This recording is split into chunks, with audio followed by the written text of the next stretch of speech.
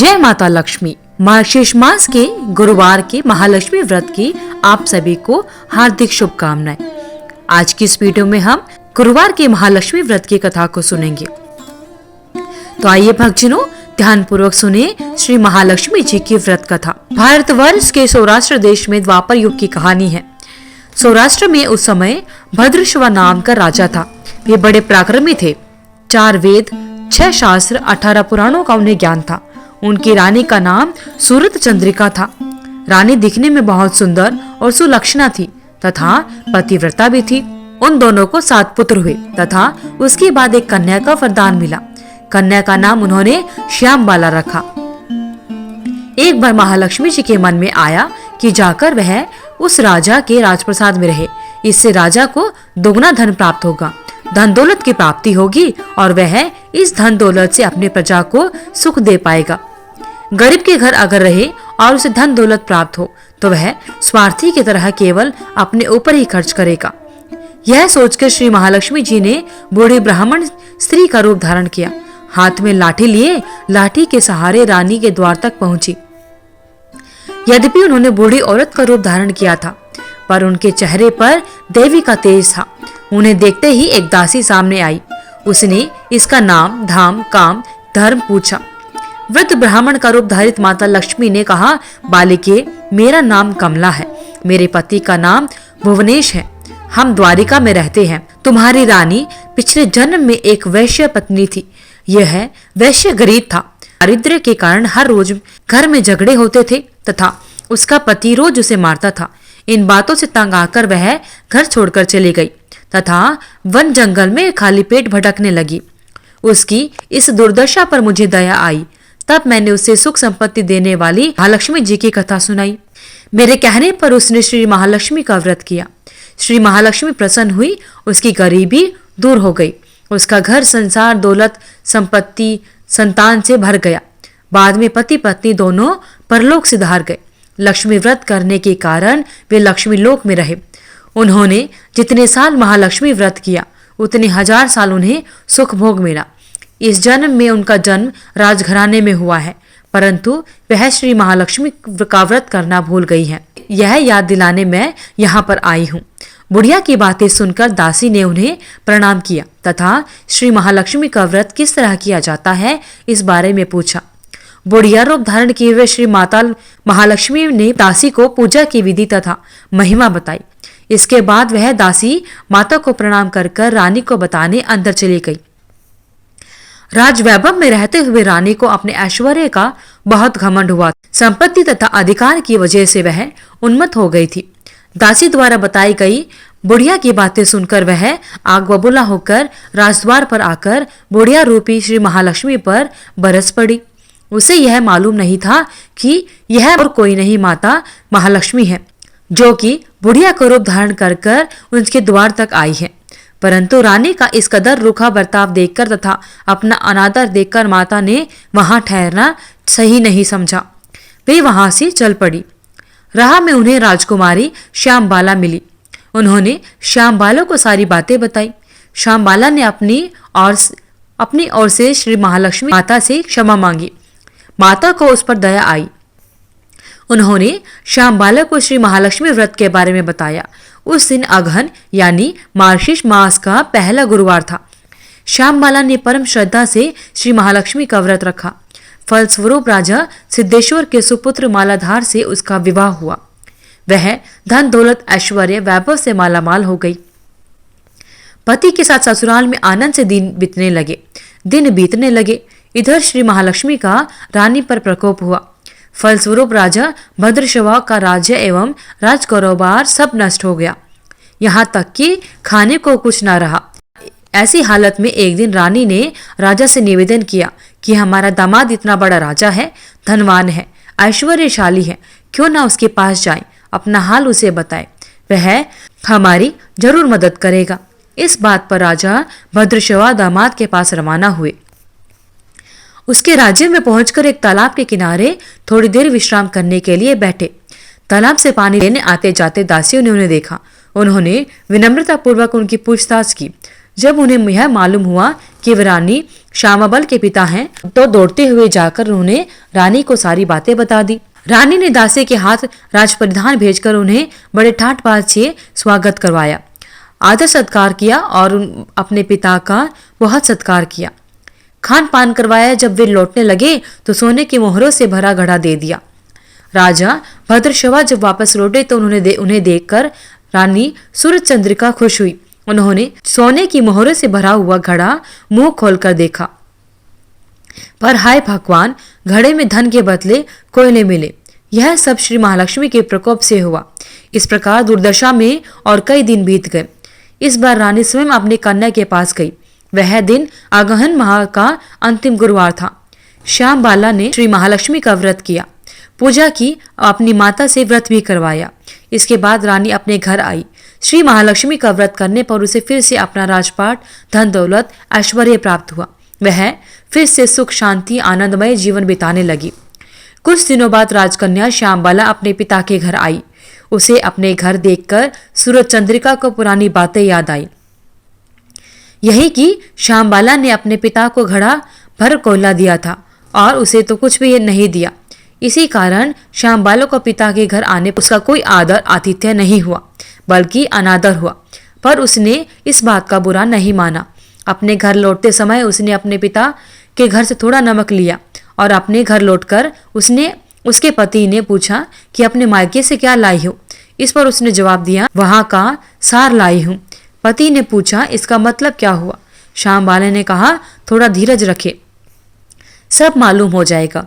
उस दिन श्यामबाला ने सारा भोजन नमक डाले बिना बनाया और परोस दिया। पति ने खाना चखा। खाना बिना नमक के था, इसलिए स्वाद नहीं आया। फिर श्यामबाला ने थाली में नमक डाला, इससे सारा भोजन स्वादिष्ट लगने लगा। तब श्यामबाला ने पति से कहा कि यही है वह मायके से लाया हुआ सार। पति को उसकी बात सही लगी। फिर वह दोनों हंसी मजाक करते हुए भोजन करने लगे। कहा गया है कि इस तरह जो कोई श्रद्धा भाव से श्री महालक्ष्मी जी की पूजा करे, उसे माता की कृपा से बहुत सा सुख संपत्ति प्राप्त होता है। सुख संपत्ति शांति प्राप्त होती है, सभी मनोकामनाएं पूरी होती हैं। परंतु यह सब प्राप्त होने पर माता की पूजा को नहीं भूलना चाहिए। हर गुरुवार को व्रत पाठ अवश्य करना चाहिए। इस तरह माँ लक्ष्मी जी की महिमा भक्तों की सभी मनोकामनाएं पूरी करती है। इस प्रकार श्री महालक्ष्मी की गुरुवार व्रत की कथा संपूर्ण होती है। बोलिए महालक्ष्मी माता की जय। तो आइए भक्तजनों, आप जानते हैं मार्गशीर्ष मास के महालक्ष्मी व्रत की पूजा विधि क्या है।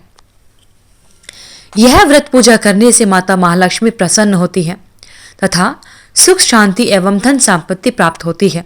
यह व्रत करने वाले स्त्री तथा पुरुष दोनों मन से स्वस्थ एवं आनंदमय होने चाहिए। इस व्रत को किसी भी महीने के प्रथम गुरुवार से शुरू कर सकते हैं। विधि नियम अनुसार हर गुरुवार को महालक्ष्मी व्रत करें।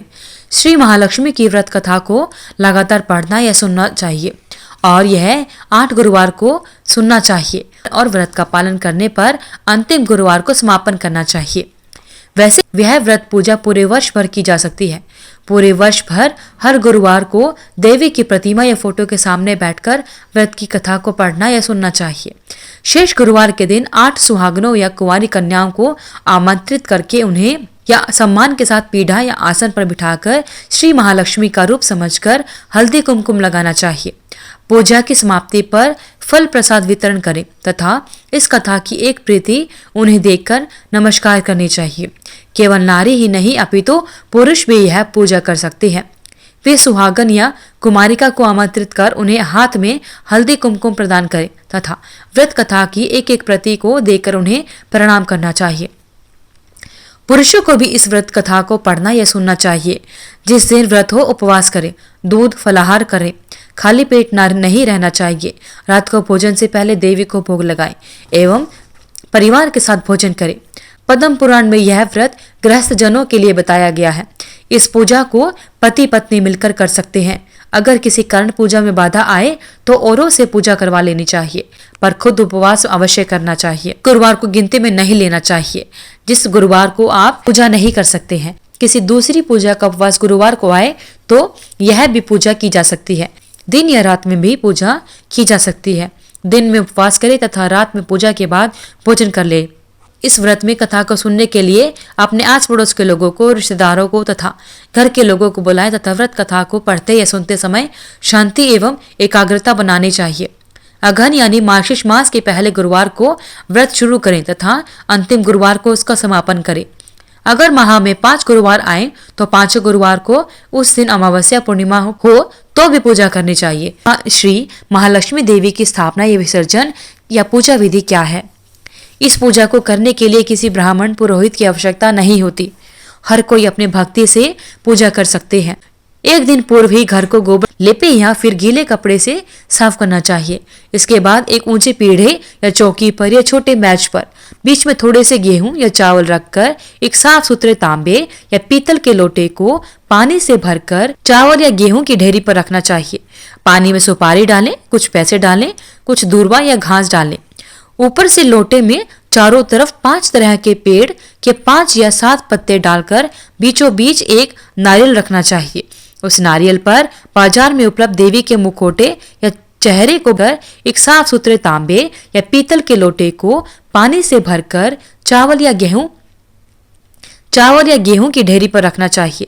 पानी और नारियल के ऊपर एक छोटी चुनरी भी चढ़ानी चाहिए। साथ ही देवी की प्रतिमा या फोटो को पूर्व दिशा में मुंह करके या उत्तर दिशा में मुंह करके स्थापना करनी चाहिए। इस व्रत कथा की पुस्तक में जो फोटो है उसे भी सामने रखा जा सकता है तथा पूजा की जा सकती है। मंत्र बोलने चाहिए। ओम केशवाय नमः, ओम नारायणाय नमः, ओम माधवाय नमः। इन 3 मंत्रों को पढ़कर प्रत्येक मंत्र से एक एक आचमन करें। फिर ओम गोविंदाय नमः बोलते हुए हाथ धो लें। फिर देवी माँ को फूलों से जल का छींटा देते हुए स्नान कराएं। उसके बाद हल्दी कुमकुम लगाएं, पुष्प हार अर्पित करें, धूप दीप जलाएं। फिर इसके बाद भोग लगाकर महालक्ष्मी व्रत के महात्म्य का पठन एवं श्रवण करें। शुरू में महालक्ष्मी नमन अष्टक का पाठ करना चाहिए। फिर देवी को प्रणाम कर कथा का पाठ शुरू करें या श्रवण करें।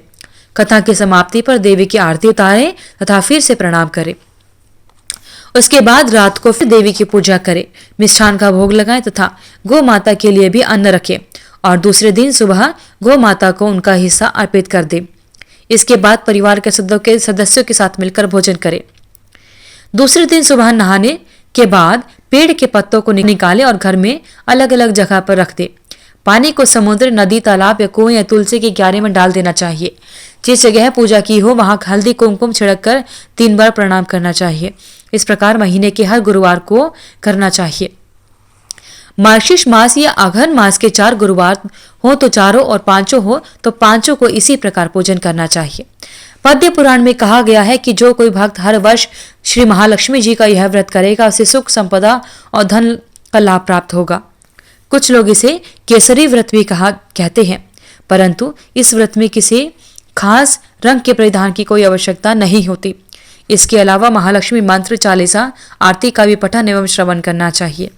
पेड़ों के पत्तों में आप बरगद, पीपल, आम, अशोक और पाकड़ या जो भी बड़े पत्ते मिल सकते हैं, आप उन 5 पत्तों का इस्तेमाल कर सकते हैं। श्री महालक्ष्मी के अनेक रूप तथा नाम है। भूतल में वे छाया है, शक्ति, तृष्णा, शांति, जाति, लज्जा, श्रद्धा, कांति, व्रति, स्मृति, दया, तुष्टि, माता, अधिशास्त्री एवं लक्ष्मी के रूप में स्थित है। उन्हें प्रणाम करते हैं। कैलाश पर्वत पर पार्वती, क्षीर सागर में सिंधु कन्या, स्वर्गलोक में महालक्ष्मी, भूलोक में लक्ष्मी, ब्रह्मलोक में सावित्री, ग्वालों में राधिका, वृंदावन में रासेश्वरी, चंदन वन में चंद्रा, चंपक वन में गिरिजा, पद्य वन में पद्या, मल्टी वन में मालती, कुंदन वन में कुंददती, केतकी वन में सुशीला, कंद वन में कदम्ब माला, राजप्रसाद में राजलक्ष्मी और घर घर में ग्रह लक्ष्मी, इन विभिन्न नामों से माता पहचानी जाती है। इस तरह सर्वथा चारों ओर सर्वभूत में सुपरिचित माता श्री महालक्ष्मी की है कथा। बोलिए माता लक्ष्मी की जय। तो इस प्रकार भक्तजनों मार्गशीर्ष मास या आगहन मास के गुरुवार की महालक्ष्मी व्रत की कथा और पूजा विधि को हमने जाना है। और माता लक्ष्मी और भगवान श्री हरि विष्णु की आप सभी पर कृपा बनी रहे। हम माता से प्रार्थना करते हैं व्रत को करने वाले और व्रत कथा को सुनने वाले पर माता अपनी कृपा बनाए रखे। धन्यवाद। अगर आपको वीडियो अच्छी लगी तो वीडियो को लाइक करें, शेयर करें, चैनल को सब्सक्राइब करके बेल आइकन को जरूर प्रेस करें ताकि आगे आने वाली सभी वीडियोस की नोटिफिकेशन आप तक समय से पहुंचती रहे। कमेंट बॉक्स में जय माता दी लिखना ना भूले। आपका दिन मंगलमय हो।